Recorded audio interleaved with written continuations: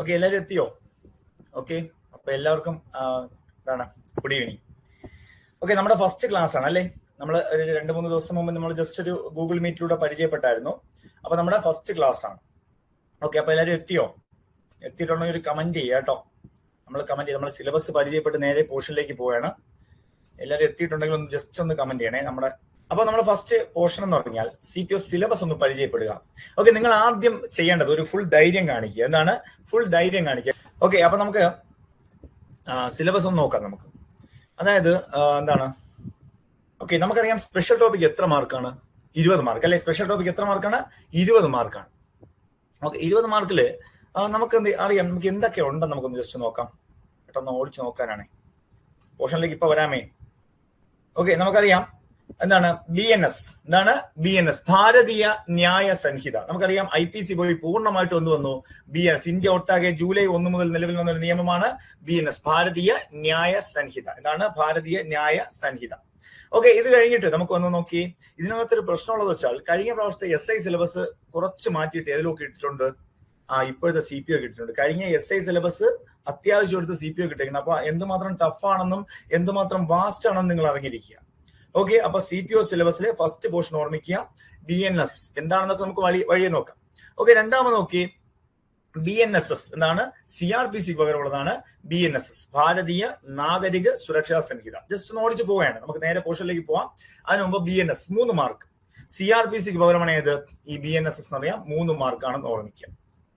അത് നേരെ പോകുന്നു BSA, ഭാരതീയ സാക്ഷ്യ അധിനിയം. എന്താണ് ഭാരതീയ സാക്ഷി അല്ലെ? ഇന്ത്യൻ എവിഡൻസ് ആക്ടിന് പകരം ഭാരതീയ സാക്ഷി അധിനിയം. പിന്നെ ഉള്ളത് ഏതാ? KP ആക്ട്, യാതൊരു മാറ്റവും ഇല്ല. കേരള പോലീസ് ആക്ട് യാതൊരു മാറ്റവും ഇല്ല. പിന്നെ NDPS ആക്ട് കുഴപ്പമില്ല. POCSO, protection of children from sexual offences act കുഴപ്പമില്ല. IT ആക്ട്, പിന്നെ RTA ആക്ട്. ഇത്രയുമാണ് നമ്മുടെ സിലബസ്. ഓക്കെ, നമുക്ക് 20 മാർക്കും കിട്ടിയിരിക്കും. ആദ്യം അതേ ഞങ്ങൾക്ക് പറയാനുള്ളൂ. 20 മാർക്കും നമുക്ക് കിട്ടും. നിങ്ങളുടെ ഡൗട്ടുകളെല്ലാം എന്ത് ചെയ്യുക? ലൈവിലൂടെ അല്ലെങ്കിൽ ചാറ്റിലൂടെ ചോദിക്കുക. നമുക്ക് കുറെ പഠിപ്പിച്ചതിന് ശേഷം ലൈവ് നോക്കാം. ഓക്കെ ആണോ? ശരി, ഫസ്റ്റ് പോർഷനിലേക്ക് ഞാൻ ആദ്യമേ പറയുന്നു. ഫസ്റ്റ് എന്താണ്? Kerala police act. എന്താണ് കേരള പോലീസ് ആക്ട്? ഓക്കെ ആണോ? എല്ലാവരും ഓക്കെ ആണോ? ശരി, അപ്പൊ നമ്മൾ KP ആക്ടിലേക്കാണ് ഫസ്റ്റ് പോകുന്നത്. അപ്പൊ KP ആക്ടിൽ ഫസ്റ്റ് പോകുമ്പോൾ കേരള പോലീസ് ആക്ടിൽ എത്ര സെക്ഷൻ ഉണ്ട്, എത്ര ചാപ്റ്റർ ഉണ്ട്? ആദ്യം അറിയണം. നമുക്ക് ഏറ്റവും എളുപ്പമുള്ള 3 മാർക്കാണ് കേരള പോലീസ് ആക്ട്. എത്ര സെക്ഷൻ, എത്ര ചാപ്റ്റർ? ഉറക്കെ പറയൂ. അറിയാവുന്നവർ പറയുക. നിങ്ങളുടെ കമന്റ് നമുക്ക് നോക്കാം. എത്ര സെക്ഷൻ, എത്ര ചാപ്റ്റർ? ഡൗട്ട് ചോദിച്ചോണേ. ഓക്കെ, അപ്പൊ കേരള പോലീസ് ആക്ടിൽ ഫസ്റ്റ് സെക്ഷനിലേക്ക് പോവാണ്. സെക്ഷൻ 1. അതിനു മുമ്പ്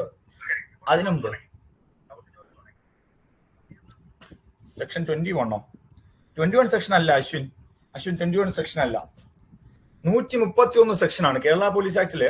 131 സെക്ഷൻ. ശ്രദ്ധിക്കുക, പഠിച്ചു വെക്കോ, നമ്മുടെ കൂടെ ഇരുന്ന് പഠിച്ചു വെക്കോ. ഓക്കെ, 131 സെക്ഷനും 8 ചാപ്റ്ററുമാണ്. എത്രയാണ്? 131 സെക്ഷനും 8 ചാപ്റ്ററുമാണ് ഉള്ളത്. ഓക്കെ അല്ലേ? അതിൽ ഫസ്റ്റ് ശ്രദ്ധിക്കേണ്ടത് കേരള സംസ്ഥാനത്തെ പോലീസ് സേനയുടെ, എന്തിനാണ് കേരള പോലീസ് ആക്ട് എന്നാണ് ഫസ്റ്റ് പോയിന്റ്. എന്തിനാണ് കേരള പോലീസ് ആക്ട്? എന്തിനാണെന്ന് ചോദിച്ചാൽ കേരള സംസ്ഥാനത്തെ പോലീസ് സേനയുടെ രൂപീകരണവും നിയന്ത്രണവും അധികാരങ്ങളും കർത്തവ്യങ്ങളും സംബന്ധിച്ച നിയമം ക്രോഡീകരിക്കുന്നതിനും ഭേദഗതി ചെയ്യുന്നതുമായുള്ള ആക്ട് ആണ് ഏത്? Kerala police act. അപ്പൊ ക്ലിയർ ആണോ? കേരള സംസ്ഥാനത്തെ പോലീസ് സേനയുടെ രൂപീകരണവും നിയന്ത്രണവും അധികാരങ്ങളും കർത്തവ്യങ്ങളും സംബന്ധിച്ച നിയമം ക്രോഡീകരിക്കുന്നതിനും ഭേദഗതി ചെയ്യുന്നതിനുമായുള്ള നിയമമാണ് കേരള പോലീസ് ആക്ട് എന്ന് പഠിക്കുക. നമുക്കറിയാം, ഇത് രാഷ്ട്രപതിയുടെ അംഗീകാരമാണോ നേടേണ്ടത്? അല്ല. കാരണം എന്താ? ഇത് കേരളം മാത്രമാണ് ബാധകം. കാരണം കേരള പോലീസ് ആക്ട് മറ്റൊരു സംസ്ഥാനത്തുള്ള വ്യക്തിയോ അല്ലെങ്കിൽ മറ്റൊരു കേന്ദ്രഭരണ പ്രദേശത്തുള്ള വ്യക്തിയോ പഠിക്കേണ്ട ആവശ്യമില്ല ഇന്ത്യയിൽ. അപ്പൊ ഇത് കേരള പോലീസ് ആക്ട് 2011 ഗവർണറുടെ അനുമതി ലഭിച്ചത് 2011 ജനുവരി 29. ആ ഡേറ്റ് മറക്കരുത്. 2011 ജനുവരി 29. ഇനി ഇത് ഗസറ്റിൽ പ്രസിദ്ധപ്പെടുത്തിയതെന്ന് എന്നു ചോദിച്ചാൽ 2011 എന്താണ്? ജനുവരി 31, 2 ദിവസം കഴിഞ്ഞപ്പോൾ. അപ്പൊ ഗസറ്റിൽ പബ്ലിഷ് ചെയ്യുമ്പോഴാണല്ലോ സാധാരണ ഇതെന്ത് ചെയ്യുന്നത്? ജനങ്ങളിലേക്ക് എത്തുന്നത്. അപ്പൊ അതാണ് നമ്മൾ ഒഫീഷ്യലി പബ്ലിഷ് ചെയ്തിരിക്കുകയാണ്. എന്താണ്? ജനുവരി 31. അടുത്ത സെക്ഷൻ നമുക്ക് നോക്കാം. സെക്ഷൻ 1. നേരെ നമ്മൾ സെക്ഷൻ 1ലേക്ക് പോവാണ്. എന്താണ് സെക്ഷൻ 1? നമുക്ക് നോക്കാം എന്താണ് സെക്ഷൻ 1 എന്ന് നോക്കി. എല്ലാത്തിലും ഉള്ളതുപോലെ തന്നെ ചുരുക്കപ്പേര്, വ്യാപ്തി, പ്രാരംഭം. എന്താണ് ചുരുക്കപ്പേര്, വ്യാപ്തി, പ്രാരംഭം? അപ്പൊ അവിടെ ഓർക്കേണ്ടത് എന്താണ് ചുരുക്കപ്പേര്. എന്താണ് ചുരുക്കപ്പേര് എന്ന് ചോദിച്ചാൽ ചുരുക്കി പറയുന്നതല്ല ചുരുക്കപ്പേര്, അതിന്റെ ഫുൾ ഫോം ആണ് ചുരുക്കപ്പേര് എന്ന് പറയുന്നത്. എന്താണ് ചുരുക്കപ്പേര് എന്ന് പറഞ്ഞാൽ ഇത് കേരള പോലീസ് ആക്ട് 2011 എന്നറിയപ്പെടുന്നു. എന്താണ് കേരള പോലീസ് ആക്ട് 2011 എന്നറിയപ്പെടുന്നു. ഓക്കെ. എന്താണ് വ്യാപ്തി എന്ന് ചോദിച്ചാൽ ഇത് കേരള സംസ്ഥാനം മുഴുവൻ ബാധകമാണ്. എന്താണ് പ്രാരംഭം എന്ന് ചോദിച്ചാൽ ഇത് എന്ന് മുതൽ ആരംഭിച്ചു എന്നാണ്. എന്ന് മുതൽ ആരംഭിച്ചു? ഇത് 2011 ജനുവരി 31 മുതൽ പ്രാബല്യത്തിലുണ്ട്. ഈ 3 പോയിന്റും പറയാമോ? ഓക്കെ, 3 പോയിന്റും പറയാമോ? ചുരുക്കപ്പേര്, വ്യാപ്തി, പ്രാരംഭം. ചുരുക്കപ്പേരെന്നാൽ ഇത് കേരള പോലീസ് ആക്ട് 2011 എന്നറിയപ്പെടുന്നു. വ്യാപ്തി എന്ന് പറഞ്ഞാൽ ഇത് കേരള സംസ്ഥാനം മുഴുവൻ ബാധകമാണ്. പ്രാരംഭം എന്ന് പറഞ്ഞാൽ എന്താണ്? ഇത് 2011 ജനുവരി 31 മുതൽ പ്രാബല്യത്തിലുണ്ട്. ഓക്കെയാണോ? ഓക്കെയാണോ? ഓക്കെ. അടുത്തതിലേക്ക് പോകുന്നു. എന്താണ് പോലീസിന്റെ കർത്തവ്യം അല്ലെങ്കിൽ കടമ? കർത്തവ്യം അല്ലെങ്കിൽ കടമ. കർത്തവ്യം അല്ലെങ്കിൽ കടമ. കർത്തവ്യം, കടമ. മറക്കല്ലേ 3 വാക്ക്.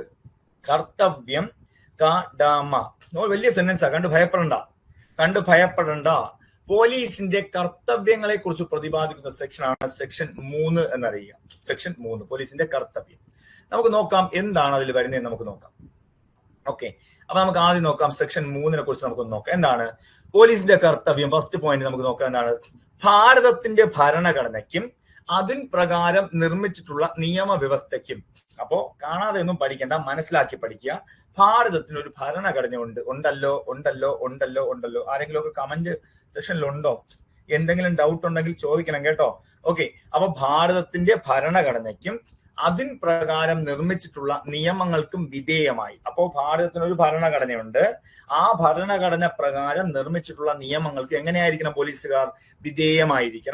വിധേയമായി ഭരണവ്യവസ്ഥയുടെ ഭാഗമായി. ഭരണവ്യവസ്ഥ എന്ന് പറഞ്ഞാൽ ഗവൺമെന്റ് അല്ലേ? ഗവൺമെന്റിന്റെ ഭാഗമായി ജനങ്ങൾക്കിടയിൽ പ്രവർത്തിക്കുന്ന, ആരുടെ ഇടയിൽ പ്രവർത്തിക്കുന്ന? ജനങ്ങൾക്കിടയിൽ പ്രവർത്തിക്കുന്ന ഒരു സേവന വിഭാഗം എന്ന നിലയിൽ, നമ്മളൊരു സർവീസ് ആണല്ലോ അല്ലേ? സർവീസ് അല്ലേ ജനങ്ങൾക്ക് നൽകുന്നത്? ഒരു സേവന വിഭാഗം എന്ന നിലയിൽ ക്രമസമാധാനം. ഈ 4 പോയിന്റ് എല്ലാവരും ശ്രദ്ധിച്ചോളൂ, കൂടെ ഇരുന്ന് പഠിച്ചോളൂ. 4 പോയിന്റ്. നമുക്ക് ഇപ്രാവശ്യം പോലീസ് ആകണം. അപ്പൊ ഓർമ്മിക്കുക 4 പോയിന്റ് എന്തൊക്കെയാ? 1, ക്രമസമാധാനം, രാഷ്ട്രത്തിന്റെ അഖണ്ഡത, രാഷ്ട്രത്തിന്റെ സുരക്ഷ, മനുഷ്യാവകാശം. ഒന്നുകൂടെ ഉറക്കെ പറഞ്ഞ് വീട്ടിലിരുന്ന് ഉറക്കെ പറഞ്ഞ് നമുക്ക് കേൾക്കാം. എന്താണ്? ക്രമസമാധാനം, രാഷ്ട്രത്തിന്റെ അഖണ്ഡത, രാഷ്ട്രത്തിന്റെ സുരക്ഷ, മനുഷ്യാവകാശം എന്നിവ ഉറപ്പുവരുത്തി നിയമപ്രകാരം എല്ലാ ആളുകൾക്കും ലഭ്യമാകേണ്ട സ്വാതന്ത്ര്യങ്ങളും അവകാശങ്ങളും അവർ അനുഭവിക്കുന്നു എന്ന് ഉറപ്പുവരുത്തുക. മനസ്സിലാക്കി പഠിക്കടാ. ഒന്നുകൂടെ പറയാം. എന്താണ് പോലീസിന്റെ കർത്തവ്യം? ചോദിക്കുക, കേരള പോലീസ് ആക്ടിലെ പോലീസിന്റെ കർത്തവ്യം ഏത്? കർത്തവ്യം മറക്കല്ലേ? കടമ മറക്കല്ലേ? അപ്പൊ പോലീസിന്റെ കർത്തവ്യം ഓർ പോലീസിന്റെ കടമ എന്താണെന്ന് ചോദിച്ചാൽ ഭാരതത്തിന്റെ ഭരണഘടനയ്ക്കും അതുപ്രകാരം നിർമ്മിച്ചിട്ടുള്ള നിയമങ്ങൾക്ക്. മനസ്സിലാക്കി പഠിച്ചാൽ വളരെ എളുപ്പം. 4 കാര്യം ശ്രദ്ധിക്കണം. രാഷ്ട്രത്തിന്റെ അഖണ്ഡത, രാഷ്ട്രത്തിന്റെ സുരക്ഷ, ക്രമസമാധാനം, മനുഷ്യാവകാശം. നോട്ട് ഉണ്ടെങ്കിൽ എഴുതി വെക്കുക. വീട്ടിൽ ചെന്ന് നിങ്ങളുടേതായ റഫ് നോട്ട് കൂടെ തയ്യാറാക്കുക. അപ്പൊ കുറച്ചും നന്നായിട്ട് മനസ്സിലാവും. ഒറ്റ പ്രാവശ്യം പഠിച്ചങ്ങ് ഒതുക്കുക. 3 മാർക്ക് സെറ്റ് ആക്കി തരാം. ഇപ്പോ 3 മാർക്ക് എന്ന് ഉദ്ദേശിച്ചത് കേരള പോലീസ് ആക്ടിന്റെ 3 മാർക്ക്. ഓക്കെ അല്ലേ? ഉറപ്പുവരുത്തിക്കൊണ്ട് നിയമപ്രകാരം എല്ലാ ആളുകൾക്കും ലഭ്യമാകേണ്ട സ്വാതന്ത്ര്യങ്ങളും അവകാശങ്ങളും അവർ അനുഭവിക്കുന്നുവെന്ന് ഉറപ്പാക്കുക. ഓക്കെയാണോടാ? ഓക്കെയാണോ? ഓക്കെ. അപ്പോ സെക്ഷൻ 3 ഓക്കെയാണോ? എന്ത് ഡൗട്ട് വേണോ നിങ്ങൾക്ക് ചോദിക്കാം. സെക്ഷൻ 3 ഓക്കെയാണോ? ആണെങ്കിലാണ്, ഡൗട്ട് ഉണ്ടെങ്കിൽ ഇപ്പൊ ചോദിച്ചു പോകണം. ഓരോ സെക്ഷൻ തീരുമ്പോഴും ഞാൻ ചോദിക്കും. ഒന്നുകൂടെ പറയണമെങ്കിൽ ഒന്നുകൂടെ പറയാം. മനസ്സിലായെങ്കിൽ മനസ്സിലായെന്ന് പറയാം. നമുക്ക് അടുത്ത സെക്ഷനിലേക്ക് പോകണം. ഓക്കെ അല്ലേ? Ashwin, Muhammad Musharraf, okay very good. Aneesha, okay. മനസ്സിലായാലും ചോദിക്കണേ. സ്പീഡാണെങ്കിലും മനസ്സിലായില്ലെങ്കിലും നിങ്ങൾ എന്താണെങ്കിലും കമന്റ് ചെയ്തോളാം. മനസ്സിലാകുന്നെങ്കിൽ ആകുന്നു എന്ന് പറയുക. ഓക്കെ, അടുത്ത സെക്ഷനിലേക്ക് പോകുന്നു. സെക്ഷൻ 4. ഇതാണ് സെക്ഷൻ 4ലേക്ക് പോകുന്നു. ഓക്കെ, പോലീസിന്റെ ചുമതല ഞാൻ പറയുന്ന പോലെ പഠിക്കുക. ചുമതല എന്നാണ്. ചുമതല. അപ്പൊ കടമ എങ്ങനെയാ പഠിച്ചേ? കടമ, ചുമതല. എന്തുകൊണ്ട് അങ്ങനെ പറഞ്ഞു എന്ന് ചോദിച്ചാൽ പോലീസിന്റെ കടമയും ചുമതലയും ഒരുപോലെ ഇരിക്കും. കടമ എന്ന് പറഞ്ഞാൽ ഡ്യൂട്ടീസ്, ചുമതല എന്ന് പറഞ്ഞാൽ ഫങ്ഷൻസ്. ക്ലിയർ ആണോ? അപ്പൊ കടമ 3 വാക്കും ചുമതല 4 വാക്കുമാണ്. ചുമതല. ഇനി മാറരുത്. കുറെ ചുമതലയുണ്ട് അല്ലേ? നമുക്കൊന്ന് നോക്കിക്കളയാം. എടാ എ മുതൽ എ ബി കണ്ടോ താഴെ A B C D E F മുതൽ എവിടം വരെ ഉണ്ട്? എസ് വരെ ഉണ്ട്. ഓക്കെ, ഇത് ക്യാപിറ്റൽ സ്മോൾ ആയിട്ടൊക്കെ കിടക്കുന്നുണ്ട്. നിങ്ങൾ അത് നോക്കണ്ട, കാരണം എന്താ, എല്ലാം സ്മോൾ ആയിട്ട് കണക്കാക്കിയത് കേട്ടോ. അപ്പൊ നമുക്കൊന്ന് വളരെ സിമ്പിൾ ആയിട്ട് പഠിക്കാം. എന്റെ കൂടെ ഒന്ന് പറയോ, എന്റെ കൂടെ പറയോ, പറയുമോ ഇല്ലയോ? പറയുമെങ്കിൽ പറയുന്ന വാക്ക് തന്നെ എനിക്കൊന്ന് വാക്ക് തന്നെ പറയുന്നു. നിങ്ങൾ കൂടെ നിന്നാലേ നമുക്ക് എനർജി കിട്ടൂ, അല്ലെങ്കിൽ ഞാൻ മാത്രം ഒറ്റയ്ക്കായി പോകും. കൂടെ നിൽക്കോ? വാടാ, ഓടി വാടാ, പോലീസുകാരൻ ഓടി വാടാ. ഓക്കെ, അപ്പൊ നമുക്ക് ഞാൻ പറയുന്ന പോലെ ഉറക്കെ പറയണം കേട്ടോ. ഓക്കെ, പറയും. വെരി ഗുഡ് വിദ്യ, അശ്വിൻ ചാടിക്കറി വാ, സുരഭി വെരി ഗുഡ്. ഓക്കെ, നല്ലതാണ്. പച്ച വെള്ളമാണ് നമ്മൾ അല്ലെ, പച്ച വെള്ളം പോലെ നമ്മൾ ഫ്രഷ് ആണ്, നമ്മൾ ചാടി വരിക. ഓക്കെ, എ ഫോർ ആപ്പിൾ പറ. എ ഫോർ ഇവിടെ കിടക്കുന്ന നോക്കണം നിങ്ങൾ, ഞാൻ വളരെ ട്രിക്കി ആയിട്ട് പറഞ്ഞു. A for apple clear. B for 5 A for apple B for 5 A for apple B for 5. ആ ബിയിലെ ഒരു ചെറിയ വരയിട്ട 5 ആയില്ലേ? ബിയിൽ ഒരു ചെറിയ വര ഞാൻ ഇപ്പൊ ഇട്ടപ്പോ 5 ആയില്ലേ? 5. സി ഫോർ നമ്മൾ ഇങ്ങനെ വെച്ച് നോക്കില്ലേ? സീൻ നോക്കില്ലേ? സീൻ എന്ന് വെച്ചാൽ എന്തെങ്കിലും ആരെങ്കിലും വരുന്നു നോക്കില്ലേ? സി. ഡി ഫോർ ഇഡി ഇത്രയും കിട്ടുമോ? A for apple B for 5 C for എന്താണ്?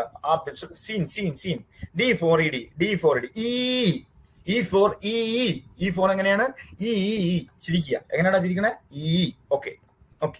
അടുത്തേക്ക് വന്നു എഫ് ഫോർ പൊതുസ്വത്തല്ല, പൊതുസ്വത്ത് കൂടെ പഠിച്ചോണം. എഫ് ഫോർ പൊതുസ്വത്ത്. ജി ഫോർ കുറ്റമല്ല, ഗുറ്റം. ജി ഫോർ ഗുറ്റം. എച്ച് ഞാൻ ഇങ്ങനെ എഴുതി. ഞാൻ എച്ച് ഇങ്ങനെ എഴുതി കണ്ട. എച്ചില് 2 വരയിട്ട എന്തായി മാറി? ആ ജയിലായി മാറിയില്ലേ? എച്ച് ഫോർ ജയില്. ഓക്കെയാണോ? ഐ ഞാൻ ഇങ്ങനെ വരച്ചു. ഞാൻ ഇങ്ങനെയൊക്കെ വരച്ചു. ഓക്കെ, ഒരു ശരിയല്ല, എന്നാലും ഇങ്ങനെയൊക്കെ വരച്ചു എന്ന് വിചാരിക്കാം. അതിലൂടെ കുറെ റൗണ്ട് ഇട്ടു അല്ലെ? 3 സിഗ്നൽ കൊടുത്തു. അല്ലെ? 3 signal. I for traffic. J for അരിവാൾ. ഇത്രയും കിട്ടുമോ? എന്തിനാണ് നിങ്ങൾക്ക് പിന്നെ മനസ്സിലാവും. എ ഫോർ ആപ്പിൾ പറ. A for apple. B for ബോളല്ല, B for 5. C for scene. D for ഇടി. ഇ ഫോർ ചിരിക്കുന്നു. അടുത്ത് എഫ് ഫോർ പൊതുസ്വത്ത്. ജി ഫോർ ഗുറ്റം. എച്ച് ഫോർ ജയില്. I for traffic. J for അരിവാൾ. കെ ഫോർ കൊടുങ്കാറ്റ്.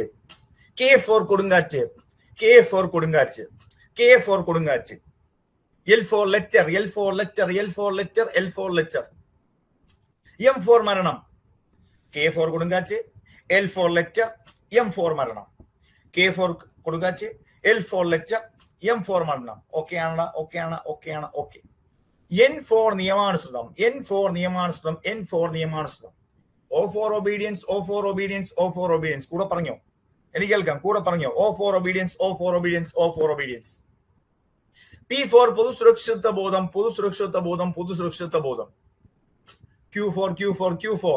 ക്യൂ ഫോർ പ്രത്യേക പരിഗണന. ക്യൂ റോഡിൽ ക്യൂ നിൽക്കുന്നില്ലേ? സ്ഥലത്ത് ക്യൂ നിൽക്കുന്നില്ലേ? Q for Q. R for corona.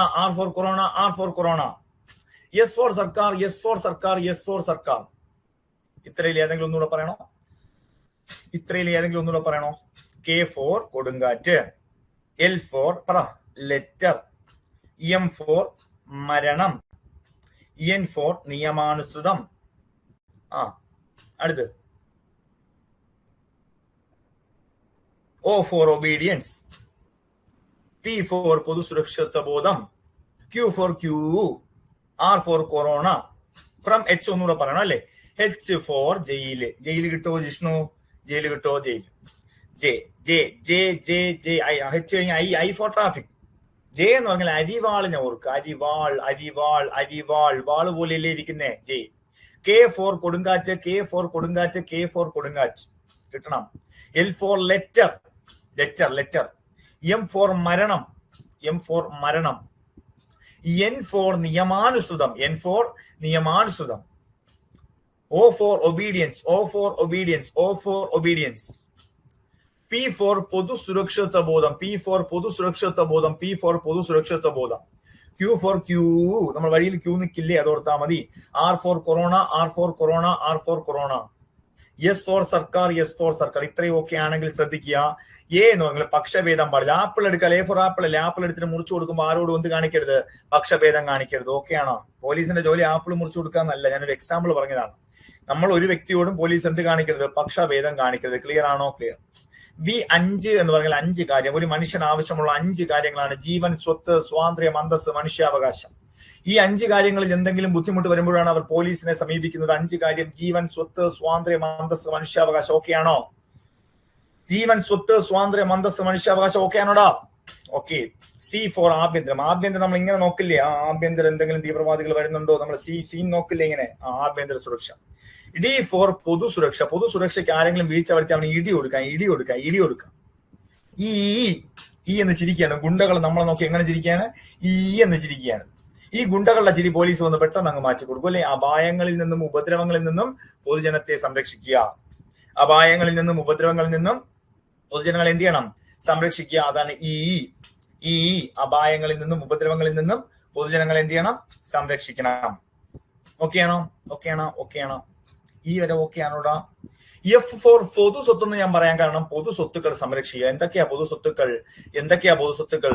പൊതുസ്വത്തുക്കൾ എന്ന് പറഞ്ഞാൽ റോഡ്, റെയിൽവേ, പാലങ്ങൾ, ഗവൺമെന്റ് പ്രോപ്പർട്ടീസ് എല്ലാം പൊതു സ്വത്തുക്കളാണ്. അതിനെന്തെങ്കിലും വീഴ്ച വന്നാൽ എന്ത് ചെയ്യും? പോലീസിനെ സമീപിക്കണം. ജി ഫോർ കുറ്റം എന്നല്ലേ നമ്മൾ പഠിച്ചേ? കുറ്റകൃത്യങ്ങൾ കുറച്ചു കൊണ്ടുവരിക എന്നാണ്. കുറ്റകൃത്യങ്ങൾ കൂട്ടിക്കൊണ്ടുവരിക എന്നല്ല, കുറച്ച്. പോലീസുകാരുടെ ജോലി അതല്ലേ? കുറച്ചു കൊണ്ടുവരിക. പോലീസ് സ്റ്റേഷനുകളിൽ ക്രൈം റിവ്യൂ എന്നൊരു സംഭവമുണ്ട്. ക്രൈം റിവ്യൂ ഓരോ മാസത്തെയും കേസ് ഡീറ്റെയിൽസ് മേലുദ്യോഗസ്ഥന് കൊടുക്കണം.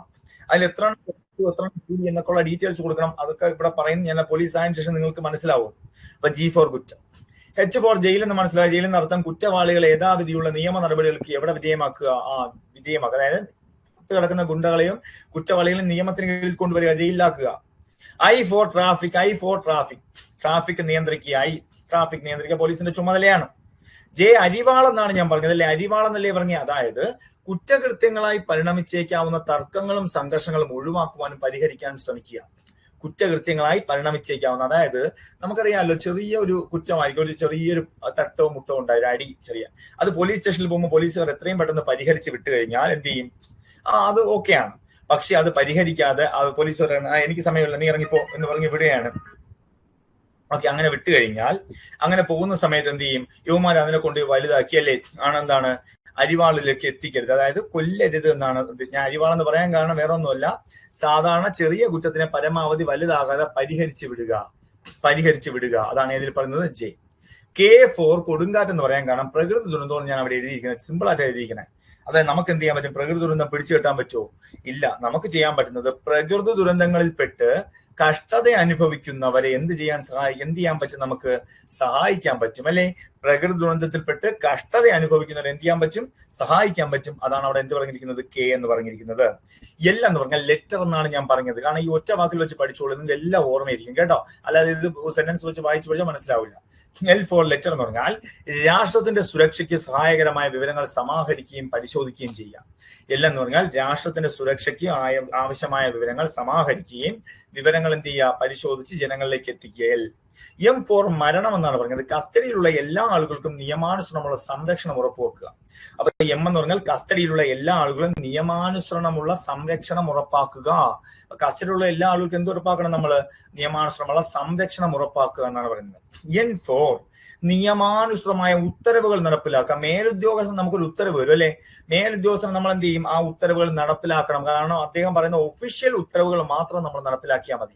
അദ്ദേഹത്തിന്റെ പേഴ്സണലായിട്ട് ചെയ്യണമെന്നല്ല പറയുന്നത്, ഒഫീഷ്യലി നിയമപരമായിട്ട് അദ്ദേഹം തരുന്ന ഉത്തരവുകൾ പാലിക്കുകയും നടപ്പിലാക്കുകയും ചെയ്യണം, നിയമാനുസൃതം. ഓ ഫോർ അച്ചടക്കം എന്നല്ലേ? നമ്മൾ ആദ്യം ആന്തരിക അച്ചടക്കം ഉള്ളവരായിരിക്കണം. നമുക്കതല്ലേ ട്രെയിനിങ് തരുന്നത്? നമുക്കതിനാണ് ട്രെയിനിങ് തരുന്നത്. ട്രെയിനിങ് എന്താണ്? 210 ദിവസത്തെ ട്രെയിനിങ് ആണ് അല്ലെ? 210 ദിവസത്തെ ട്രെയിനിങ്ങില് വർക്കിംഗ് ഡേ ആണ് ട്രെയിനിങ്. ഈ 210 വർക്കിംഗ് ഡേ നമ്മൾ എന്ത് ചെയ്യണം? കൃത്യമായിട്ട് ട്രെയിനിങ് പങ്കെടുത്ത് വീണ്ടും നമുക്ക് അവിടെ ഒരുപാട് ടെസ്റ്റുകളുണ്ട്. നമുക്ക് എന്താണ് ഫിസിക്കൽ ടെസ്റ്റ് വീണ്ടും ഉണ്ടാവും, അതുപോലെ റിട്ടേൺ ടെസ്റ്റ് ഉണ്ടാവും, പിന്നെ വീണ്ടും അവിടെ നമ്മൾ സ്വിമ്മിംഗ് ടെസ്റ്റ് ഉണ്ടാവും, ഡ്രൈവിംഗ് ടെസ്റ്റ് ഉണ്ടാവും. ഇതൊക്കെ പാസ്സായിട്ടാണ് ഒരാൾ പോലീസുകാരനായിട്ട് വരുന്നത്. ആ ട്രെയിനിങ് സമയത്ത് തന്നെ നമ്മൾ അച്ചടക്കം പാലിക്കാനുള്ള എല്ലാ കാര്യങ്ങളും അവിടെ നമുക്ക് തരും. നമ്മുടെ ദേഷ്യവും നമ്മുടെ എടുത്തുചാട്ടവും നമ്മളെല്ലാം നല്ലൊരു മര്യാദയുള്ള നല്ലൊരു മനുഷ്യനായിട്ട് മാനസികവും ശാരീരികവുമായിട്ടുള്ള ഒരു വ്യക്തിയായിട്ട് പോലീസുകാരൻ എന്ത് ചെയ്യും, പുറത്തേക്ക് വരും. ഓക്കെ, അപ്പൊ ആന്തരിക അച്ചടക്കം പാലിക്കാനാണ്. P4 പൊതുവായ സുരക്ഷിതത്വ ബോധം ഉറപ്പുവരുത്തുക. P4 പൊതുവായ സുരക്ഷിതത്വ ബോധം ഉറപ്പുവരുത്തുക. അതായത് ജനങ്ങൾക്ക് പൊതുവായ സുരക്ഷിതത്വ ബോധം. ഫോണിലൊക്കെ നമ്മളുടെ ഇങ്ങനെ പറയില്ലേ, സൈബർ ക്രിമിനൽസ് ആകാം എന്നൊക്കെ പറയുന്നുണ്ടാവും. Q4 എന്നാണ് പറഞ്ഞത്, പ്രത്യേക പരിഗണന ആവശ്യമായ ആളുകൾക്ക് സുരക്ഷിതത്വം ഉറപ്പുവരുത്തുക. അതായത് പ്രത്യേക പരിഗണന, അതായത് എന്താണ് പരിഗണന എന്ന് പറഞ്ഞാൽ, നമുക്ക് പൊതുസ്ഥലത്ത് അലങ്ങി തിരിഞ്ഞ് നടക്കുന്ന ഒരുപാട് മനുഷ്യരുണ്ടാവും. അതിൽ പ്രത്യേക പരിഗണന ആവശ്യമുള്ളത് കുട്ടികളാണ്, വൈകല്യമുള്ളവരാണ്, അതുപോലെ എന്താണ് മാനസിക വെല്ലുവിളി നേരിടുന്നവരാണ്, വൃദ്ധന്മാരുണ്ടാകും. ഇവരെല്ലാം പ്രത്യേക പരിഗണന നൽകി സഹായിക്കുക. Q എന്ന് പറഞ്ഞിരിക്കുക. R4 കൊറോണ എന്നാണ് ഞാൻ പറഞ്ഞത്. തത്സമയം പ്രാബല്യത്തിലുള്ള നിയമം നടപ്പിലാക്കുക. ഇപ്പോ കൊറോണ വന്ന സമയത്ത് ഒരു നിയമം ഉണ്ടായിരുന്നില്ലേ, തത്സമയം, അതായത് മാസ്ക് വെക്കണം, പുറത്തിറങ്ങാൻ പാടില്ല, അങ്ങനെ ഇങ്ങനെ കുറെ നിയമമുണ്ട്. അതിപ്പോ ഇല്ലല്ലോ. ആ തത്സമയം മാത്രമല്ലേ ഉള്ളൂ. ആ നിയമവും നമ്മൾ എന്ത് ചെയ്യണം, നടപ്പിലാക്കി കൊടുക്കുക. യെസ് ഫോർ സർക്കാർ. യെസ് ഫോർ സർക്കാർ. സർക്കാർ എന്ന് പറഞ്ഞാൽ സർക്കാർ കാലാകാലങ്ങളിൽ നിയമാനുസൃതം ഏൽപ്പിച്ചു കൊടുക്കുന്ന മറ്റു ചുമതലകൾ നിർവഹിക്കുക. ഓരോ സർക്കാർ മാറി മാറി വരുമ്പോഴേ, ഓരോ സർക്കാർ മാറി മാറി വരുന്ന സമയത്ത് സർക്കാർ നമുക്കൊരു ചുമതലകൾ തരും, അല്ലേ? നിങ്ങൾ അത് ചെയ്യണം. നമുക്ക് ഒരു എതിർപ്പുമില്ല, നമ്മൾ സർക്കാരിന്റെ ഭാഗമാണ്. സർക്കാർ എന്ത് പറഞ്ഞാലും അത് നടപ്പിലാക്കി കൊടുക്കേണ്ടത് നമ്മുടെ ചുമതലയാണ്. ഇത്രയും മനസ്സിലായോ കുട്ടികളെ? ഇതാണ് എ മുതൽ എസ് വരെയുള്ള ഭയങ്കര പാടായിട്ടെല്ലാവരും വിചാരിക്കുന്ന ഒരു സെക്ഷനാണ് പോലീസിന്റെ ചുമതല. എ മുതൽ എസ് വരെ നിങ്ങൾക്ക് ഓക്കെ ആണോ? ആണെങ്കിലാണ്, അല്ല എങ്കിലല്ല. ഇപ്പൊ പറയുക, അടുത്ത സെക്ഷനിലേക്ക് പോകണം. അടുത്ത നിങ്ങൾക്ക് ഇവിടെ എന്ത് ഡൗട്ടും എന്റെ അടുത്ത് ചോദിക്കാം. എന്തും പോലീസുമായി ബന്ധപ്പെട്ട എന്ത് ഡൗട്ടും നിങ്ങൾക്ക് ചോദിക്കാം എന്നോട്. സിലബസ് ബേസോ എന്തുമായിട്ട്, ട്രെയിനിങ്ങോ അല്ലെങ്കിൽ ബറ്റാലിയനോ എന്ത് വേണമോ ചോദിക്കാം. പെട്ടെന്ന് പെട്ടെന്ന് പെട്ടെന്ന്. മനസ്സിലായെങ്കിൽ ആയെന്ന് പറയുക, ആയില്ലെങ്കിൽ ആയെന്ന് പറയുക. ആരെങ്കിലും ഒക്കെ ഉണ്ടോ ഇവിടെ ലൈവ്? ആരും ഇല്ലേ? ലൈവ് ആരും ഇല്ലേ? ഇപ്പോ ആരുമില്ല. P4 പൊതു സുരക്ഷിതത്വ ബോധം. P4 ഞാൻ ചോദിക്കട്ടെ, ഈ കോഡ് ഓക്കെ ആണോ? കോഡ് ഓക്കെ ആണോ?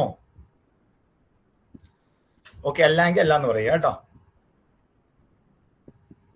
എളുപ്പമുണ്ടെന്ന് തോന്നുന്നുണ്ടോ?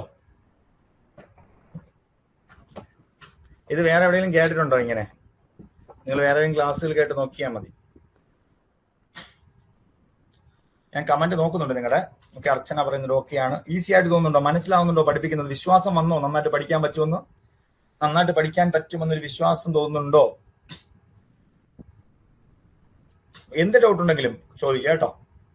ഓക്കെ, അപ്പൊ പോലീസ് ആവും നമ്മൾ അല്ലേ? നമ്മൾ പോലീസ് ആവും അല്ലേ? പോലീസ് ആയിരിക്കും. നമ്മൾ CPO ആയിരിക്കും. നമുക്കറിയാം നമ്മുടെ സ്വപ്ന ജോലിയാണ് CPO. നമ്മുടെ സ്വപ്ന ജോലിയാണ് CPO. കാരണം എന്താണെന്ന് വെച്ചാൽ പറഞ്ഞാൽ +2 ക്വാളിഫിക്കേഷനിൽ ഇത്രയും നല്ല സാലറി പാക്കേജ് ഉള്ള മറ്റൊരു ജോലി വേറെ ഇല്ല. കാരണം എന്താ? 31,100 രൂപയാണ്. 31,31,100 ആണ് നമ്മുടെ ബേസിക് സാലറി. നമ്മൾ ബേസിക് ട്രെയിനിങ് കഴിഞ്ഞതിന് ശേഷം, ട്രെയിനിങ് സമയത്തെല്ലാം നമുക്ക് 31,100 കിട്ടും. പിന്നെ അടുത്ത വർഷം എന്താണ്, പുതിയ ശമ്പള പരിഷ്കരണം വരികയാണെങ്കിൽ ഇനിയും കൂടും. ഈ ക്വാളിഫിക്കേഷൻ ഇത്രയും നല്ല സാലറി പാക്കേജ് ഉള്ള മറ്റൊരു ജോലി ഇല്ലടാ, ഇല്ല. മാത്രമല്ല ഇത്രയും പവറുള്ള ഒരു ജോലി വേറെ ഉണ്ടോ? ഇല്ല. അപ്പൊ നമുക്കറിയാം ആൺകുട്ടികൾക്ക് 7 ബറ്റാലിയൻ ആണുള്ളത് അല്ലേ? 7 ബറ്റാലിയൻ. ഏതൊക്കെയാണ് ആ 7 ബറ്റാലിയൻ? ഒന്ന് SAP എന്ന് പറയും. SAP എന്ന് പറഞ്ഞാൽ സ്പെഷ്യൽ ആംഡ് പോലീസ്. ഓക്കെ, അപ്പൊ ബറ്റാലിയൻ SAP ഉണ്ട് അല്ലെ? SAP കഴിഞ്ഞ് SAP തിരുവനന്തപുരം മാത്രമാണ്. അത് കഴിഞ്ഞ വനിതാ പോലീസ് ബറ്റാലിയൻ ഉണ്ട്. അത് സ്റ്റേറ്റ് വൈഡ് ലിസ്റ്റ് ആണ്. വുമൺ പോലീസ് ബറ്റാലിയന്റെ ആസ്ഥാനം എവിടെയാണ്? ആർക്കെ അറിയാമെങ്കിൽ പറഞ്ഞു. വുമൺ പോലീസ് ബറ്റാലിയന്റെ ആസ്ഥാനം അത് മേനംകുളമാണ്. മേനംകുളം, കഴക്കൂട്ടം, തിരുവനന്തപുരം. SAP തിരുവനന്തപുരമാണ്. KP 3-ാം ബറ്റാലിയന്റെ ആസ്ഥാനം ഒന്ന് അറിയുക. KP 3-ാം ബറ്റാലിയൻ പത്തനംതിട്ടയിലാണ്, അടൂരാണ് സ്ഥിതി ചെയ്യുന്നത്. പത്തനംതിട്ട. 3 ജില്ലകൾ കവർ ചെയ്യുന്നതാണ് KP 3-ാം ബറ്റാലിയൻ. ഏതൊക്കെയാണെന്ന് ചോദിച്ചാൽ 3 ജില്ലകൾ: കൊല്ലം, പത്തനംതിട്ട, അതുപോലെ തന്നെ ആലപ്പുഴ. അത് കഴിഞ്ഞ് വരുന്നു KP 5-ാം ബറ്റാലിയൻ വരുന്നു. അത് ഇടുക്കിയിലാണ് സ്ഥിതി ചെയ്യുന്നത്. അത് 2 എണ്ണമാണ് അല്ലെ? കുട്ടിക്കാനത്താണ്. അത് 2 കോട്ടയത്തും ഇടുക്കിയും കവർ ചെയ്യുന്ന ഒരു ബറ്റാലിയനാണ്. ഇനി എറണാകുളം KP 1 ആണ്. തൃപ്പൂണിത്തുറ എറണാകുളം KP 1 ആണ്. അത് ഓർമ്മിക്കുക. അതുപോലെ KP 2-ാം ബറ്റാലിയൻ പാലക്കാടും തൃശ്ശൂരും കവർ ചെയ്ത് വരുന്നതാണ് KP 2-ാം ബറ്റാലിയൻ. അതുപോലെ മഹത്തായിട്ടുള്ള battalion MSP Malabar special police. Malabar special police മലപ്പുറത്ത് സ്ഥിതി ചെയ്യാണ്. 2 ജില്ലകൾ വരുന്നു. ഏതൊക്കെ 2 ജില്ലകൾ? അത് മലപ്പുറവും കോഴിക്കോടും കവർ ചെയ്ത് വരുന്നതാണ് മലബാർ സ്പെഷ്യൽ പോലീസ്. അതുപോലെ വരുന്നു. അതുപോലെ KP 4-ാം ബറ്റാലിയൻ, KP 4-ാം ബറ്റാലിയൻ എവിടെയാണ്? കണ്ണൂരാണ് സ്ഥിതി ചെയ്യുന്നത്. അല്ലെ, കണ്ണൂരിൽ എന്താണ് 2 അല്ലെ, കണ്ണൂര്, കാസർഗോഡ്, വയനാട് ചേർന്നിട്ടാണ്. ഇവിടേക്കാണ് നമുക്ക് അപ്ലൈ ചെയ്യാൻ പറ്റുന്നത്. ഒരു 60+ മാർക്ക് കിട്ടുന്നവർക്കെല്ലാം, ഒരു 60+ മാർക്ക് കിട്ടാൻ ചാൻസ് ഉള്ളവർക്കെല്ലാം ധൈര്യമായിട്ട് വെക്കാം MSP, SAP, KP4, KP2. 60+ mark കിട്ടുന്നു ധൈര്യമുള്ളവർക്ക്. 60+ എന്ന് പറഞ്ഞാൽ പോരാ, നല്ല മാർക്ക് വാങ്ങണം. എന്ന് വെച്ചാൽ എല്ലാവരും വാങ്ങും, പക്ഷേ 60+ എന്ന് വെച്ചാൽ 70 വരെയും ധൈര്യം ഉണ്ടായിരിക്കണം. എങ്കിൽ ഈ 4 ബറ്റാലിയൻ വെച്ചാൽ ജോലി ഷുവറാണ്. കാരണം നിയമനം കൂടുതലുള്ള ബറ്റാലിയനാണ്, അതുപോലെ കട്ട് ഓഫും കൂടും.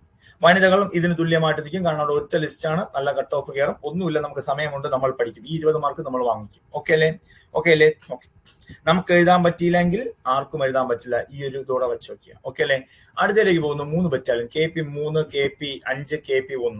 ഇത് കൊച്ചു ബറ്റാലിയൻ മാത്രമല്ല, നിയമനങ്ങൾ അല്പം കുറവാണ്. ഓക്കെ, അപ്പൊ അത് മാത്രമല്ല, നിയമനങ്ങൾ കുറവാണെന്ന് പറയുന്നത് മാത്രമല്ല, അവിടെ കട്ട് ഓഫ് ഒരുവിധം ആവറേജ് നിൽക്കും. പക്ഷേ അത് പ്രൊമോഷൻ സാധ്യതകളൊക്കെ പിന്നെ ബാധിക്കുന്ന കുറച്ച് ബറ്റാലിയനാണ്. എന്റെ പേഴ്സണൽ അഭിപ്രായത്തിലാണ് പറയുന്നത്. നിങ്ങളുടെ ഇഷ്ടത്തിലുള്ളത് അപ്ലൈ ചെയ്യാം. ഓക്കെ, അപ്പോ ആ ഒരു ഡൗട്ടൊക്കെ മാറിയോ? ഇനി നമുക്ക് നേരെ സെക്ഷനിലേക്ക് പോകാം. സെക്ഷൻ 5, കാര്യക്ഷമമായ പോലീസ് സേവനത്തിന് ജനങ്ങൾക്ക് അവകാശമുണ്ട്. സെക്ഷൻ 7 എന്താണ്? കാര്യക്ഷമമായ പോലീസ് സേവനത്തിന് ജനങ്ങൾക്ക് അവകാശമുണ്ട്. നമുക്കറിയാം, കേരള പോലീസ് ആക്ടിൽ 131 സെക്ഷനും 131, ഞാൻ ഇന്ന് ആദ്യത്തെ ക്ലാസ് ആയതുകൊണ്ടാണ് ജസ്റ്റ് പറഞ്ഞു തന്നത്. അത് ബുദ്ധിമുട്ട് വിചാരിക്കുന്നതേ, കാരണം നിങ്ങൾ അറിയേണ്ട കുറച്ച് കാര്യങ്ങളായതുകൊണ്ടാണ് ഞാൻ അത് പറഞ്ഞു തന്നത്. ഓക്കെ, അതിലെന്തെങ്കിലും ഓക്കെ ആണോ? പറഞ്ഞതിൽ ബുദ്ധിമുട്ടുണ്ടെങ്കിൽ ഉണ്ടെന്ന് പറയുക. ഓക്കെ, സെക്ഷൻ 7, കാര്യക്ഷമമായ പോലീസ് സേവനത്തിന് പൊതുജനങ്ങൾക്ക് അവകാശമുണ്ട്. കാരണം ആ ഒറ്റ സെന്റൻസേ ഉള്ളൂ. ഇത് ഒന്നുമില്ല. സെക്ഷൻ 7 പഠിക്കാൻ വേണ്ടത്, നമുക്കറിയാം, പൊതുജനം അവരുടെ ഔദാര്യത്തിന് വേണ്ടിയല്ല എവിടെ വരുന്നത്? പോലീസ് സ്റ്റേഷനിൽ വരുന്നത്. പൊതുജനം ഔദാര്യത്തിന് വേണ്ടിയല്ല പോലീസ് സ്റ്റേഷനിൽ വരുന്നത്, അവരുടെ അവകാശം വാങ്ങാനാണ് എന്നുള്ള ബോധം നമുക്ക് വേണം. കാര്യക്ഷമമായ പോലീസ് സേവനത്തിന് പൊതുജനങ്ങൾക്ക് അവകാശമുണ്ട് എന്ന് പറയുന്ന സെക്ഷനാണ് ഏത്? സെക്ഷൻ 7. മനസ്സിലായ? ഒന്നുമില്ല അവിടെ തരത്തിലുള്ള. അതായത് ഒരാൾ ഒരു പരാതി കൊണ്ടു തന്നാൽ എത്രയും വേഗം ആ പരാതി പരിഹരിക്കുക, അതാണ് ലക്ഷ്യം. അല്ല പരാതി മാത്രം വാങ്ങി വെച്ചിട്ട് കാര്യമില്ല, എന്തുകൂടെ ചെയ്യണം? പരിഹരിച്ചുകൂടെ വിടുക എന്നുള്ള കാര്യം അറിയുക, വേറെ ഒന്നുമില്ല. സെക്ഷൻ 8ലേക്ക് വരുന്നു. വളരെ വളരെ വളരെ ഇമ്പോർട്ടന്റ് സെക്ഷൻ. ഇതുവരെ നമ്മൾ പഠിച്ച 1, 3, 4, 7 പോലെയല്ല, വളരെ വളരെ വളരെ ഇമ്പോർട്ടന്റ് സെക്ഷനാണ് സെക്ഷൻ 8 എന്ന് ഓർമ്മിക്കുക. പോലീസ് സ്റ്റേഷനിൽ ജനങ്ങൾക്കുള്ള അവകാശത്തെ കുറിച്ച് പ്രതിപാദിക്കുന്നു. ഇതുവരെയുള്ള പരീക്ഷകളിൽ ഏറ്റവും കൂടുതൽ എന്റെ എക്സ്പീരിയൻസ് വെച്ച് പറയുകയാണ്, നമുക്കറിയാം CPO സ്പെഷ്യൽ ടോപ്പിക് PSC ആരംഭിച്ചത് 2022, 23, 24 3 പ്രാവശ്യം കഴിഞ്ഞു. 4ാമതാണ് നമ്മൾ എഴുതാൻ പോകുന്നത്. ഈ 3 തവണയും CPOയില് ഈ ഒരു സെക്ഷനെ കുറിച്ച് ഏറ്റവും കൂടുതൽ കേരള പോലീസ് ആക്ടിൽ ചോദിച്ചിട്ടുണ്ട്. അതുകൊണ്ടാണ് ഇത്രയും ഇമ്പോർട്ടൻസ് കൊടുക്കുന്നത്. പോലീസ് സ്റ്റേഷനിൽ നിന്ന് ജനങ്ങൾക്കുള്ള അവകാശം ഏതാണ്? സെക്ഷൻ 8. നമുക്ക് നോക്കാം എന്തെല്ലാം അവകാശം. 1, എല്ലാ ജനങ്ങൾക്കും.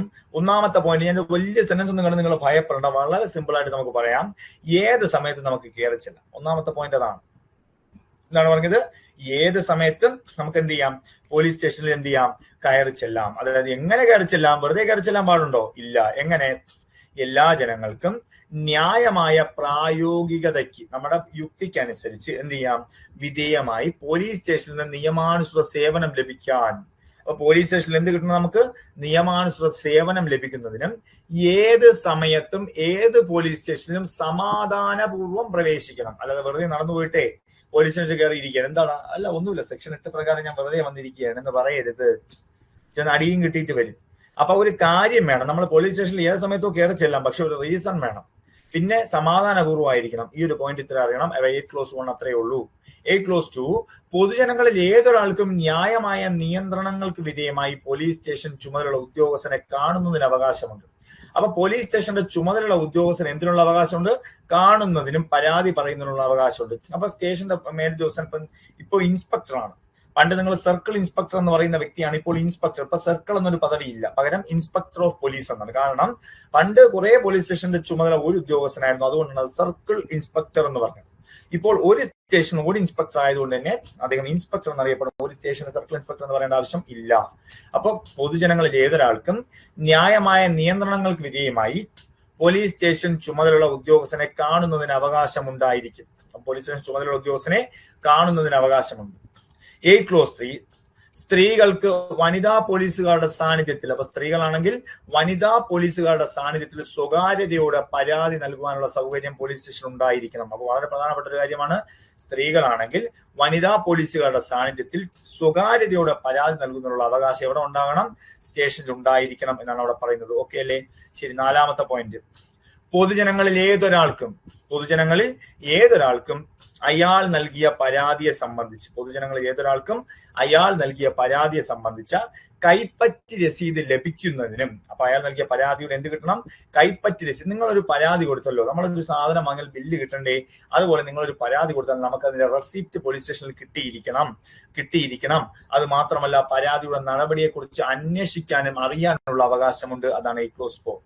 8 ക്ലോസ് 5 എന്ന് പറഞ്ഞാൽ പോലീസ് സ്റ്റേഷനിൽ വാക്കാലോ രേഖാമൂലമോ നൽകിയ ഏതൊരു പരാതിയുടെ, ഇനി 8 ക്ലോസ് 5 നിങ്ങൾ അറിയേണ്ട ഒരു കാര്യം, നമ്മൾ പഠിക്കും പോലെ അല്ല 8 ക്ലോസ് 5, മനസ്സിലാക്കി പഠിക്കണം. എങ്ങനെയെന്ന് വെച്ചാൽ പോലീസ് സ്റ്റേഷനിൽ വാക്കാലോ രേഖാമൂലമോ നൽകിയ ഏതൊരു പരാതിയുടെയും, നിങ്ങൾ വാക്കാലോ രേഖാമൂലമോ നൽകിയ ഏതൊരു പരാതിയുടെയും ചുരുക്കം പോലീസ് സ്റ്റേഷനിൽ സൂക്ഷിച്ചിരിക്കുന്ന സ്ഥിരം രജിസ്റ്ററിൽ തത്സമയം രേഖപ്പെടുത്തുന്നതിനുള്ള അവകാശം.